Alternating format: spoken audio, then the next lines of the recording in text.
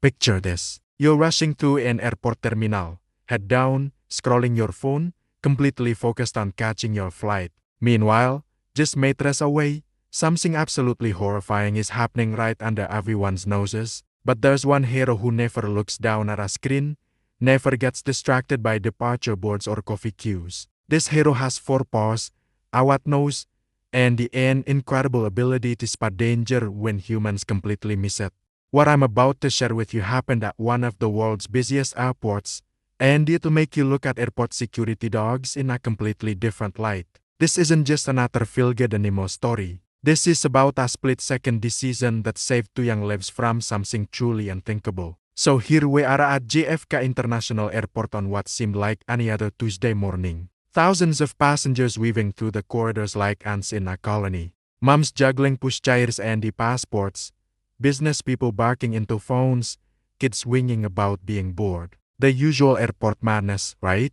Nothing out of the ordinary. But Officer Ryan Kahlo wasn't people watching for entertainment. This was his patch, his responsibility. Andy walking beside him was his 4-legged partner, Shadow. Now, Shadow wasn't your typical German shepherd. This dad had been through intensive training, had a nose that could detect things humans couldn't even imagine. Andy possessed something that no more amount of training can teach. Pure instinct. They'd done this walk countless times. Same route, same routine. Ryan often joked that he could do it blindfolded. But on this particular morning, something changed. Shadow suddenly froze mid-stride. Not the kind of pause when a dad spots an interesting smile or gets distracted by a dropped crisp packet. This was different. His entire body went rigid, ears pricked forward, muscles tense like a cold spring. Ryan felt the leash go taut. He looked down at his partner, then followed Shadow's unwavering gaze across the sea of travelers. At first, he couldn't see anything unusual, just the typical airport chaos. But Shadow's focus was laser-sharp, locked onto something specific. And if there's one thing Ryan had learned during their partnership, it's this. When Shadow stops, you pay attention. Threading through the crowd, Ryan spotted what had caught Shadow's attention. A woman in a striking blue coat was walking purposefully towards the security checkpoint. Nothing suspicious about that, you might think. But she had a small girl by her side, couldn't have been older than 7. The child's hand was clasped firmly in the woman's grip, and at first glance, it looked perfectly normal. Just another mom and the daughter heading off on holiday. But Shadow saw something different. Something that made his hackles rise and his breathing change. Ryan trusted that instinct completely. He'd seen Shadow's nose detect drugs hidden in the most ingenious places, spot suspicious behavior that had escaped everyone else. So when Shadow's entire body language screamed something's wrong, Ryan knew he had to look closer. That's when he noticed it. The little girl's free hand wasn't swinging naturally by her side like you'd expect from a child walking with their mom. Instead, she was pressing her palm flat against the back of the woman's coat, over and over again. Not random fidgeting or playful touching. This was deliberate, controlled, desperate. Ryan's pulse quickened. In his years of security work, he'd learned to read body language like a book.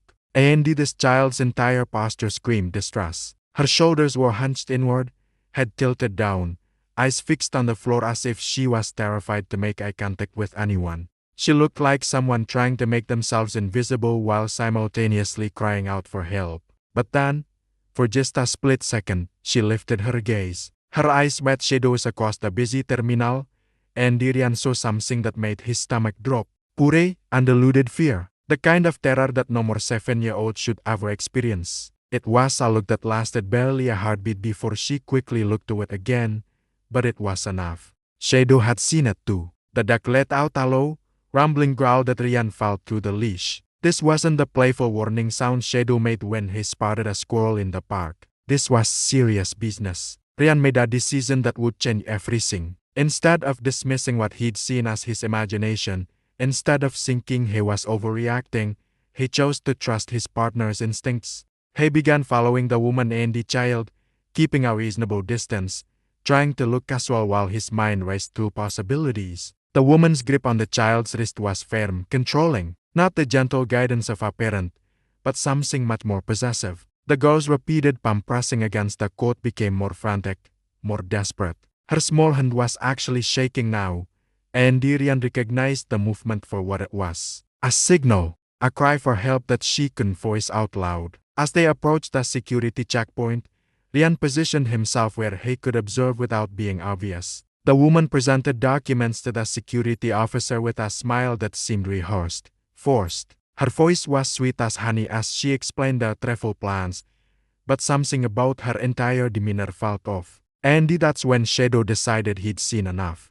The German Shepherd let out one sharp, commanding bark that chewed through the ambient noise of the terminal like a knife. Suddenly, dozens of heads turned in their direction. Conversations stopped mid-sentence. The constant background chatter of the airport seemed to pause. The little girl's reaction was immediate and heartbreaking. Her bottom lip began to tremble, and she mouthed two words that Rian could read clearly despite the noise around them. "Help me." But it wasn't just a girl. Rian now noticed there was a little boy beside her, probably no more older than 5, clutching a tiny teddy bear like it was his lifeline. The boy's eyes were wide with the same fear his sister displayed, though he seemed even more withdrawn, more traumatized. The woman's carefully constructed facade began to crack. Her sweet smile faltered, replaced by irritation and panic.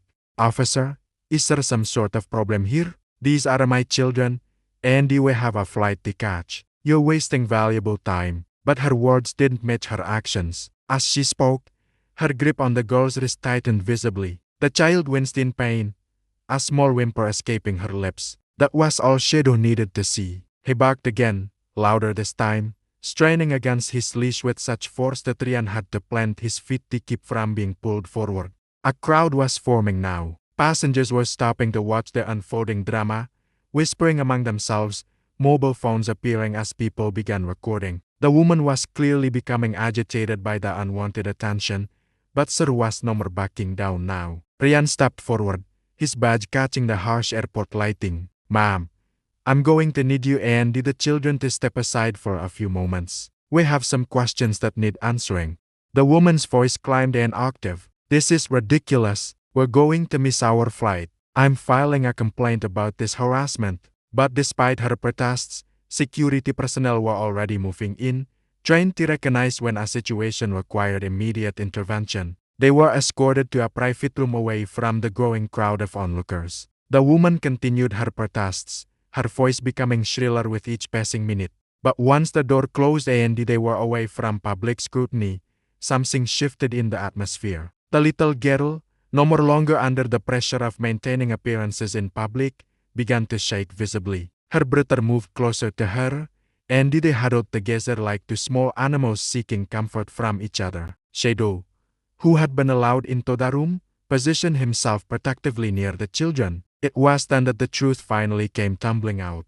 The girl's voice was barely above a whisper, but her words chewed through the tension in the room like thunder. "She's not our mommy." The silence that followed was deafening. Rian felt his heart sink as the full implications of what had almost happened began to dawn on him. Shadow, lying calmly by the children's feet, lifted his head as if to say, "I told you so." Investigators moved quickly to verify the documents the woman had presented. What they discovered was chilling. The paperwork was sophisticated forgeries, well-crafted but ultimately fake. Under intensive questioning, the woman's story began to unravel like a cheap jumper. She wasn't a mother at all. She was part of an organized trafficking network that specialized in moving children across international borders using false documentation. The children were being transported to destinations where, well, let's just say their futures would have been unimaginably dark. The girl, brave beyond her years, explained through tears how she'd been coached on what to say if anyone questioned them. She'd been told that if she tried to signal for help or drew attention to herself, terrible things would happen to her little brother. But despite the threats, despite her terror, she'd kept trying to alert someone, anyone, to their plight. That hand pressing against the woman's coat, it was her desperate attempt at Morse code, something she'd learned from a television program. She'd been silently tapping out SOS over and over again, hoping against hope that someone would understand. The woman was led away in handcuffs, still protesting her innocence even as the evidence mounted against her.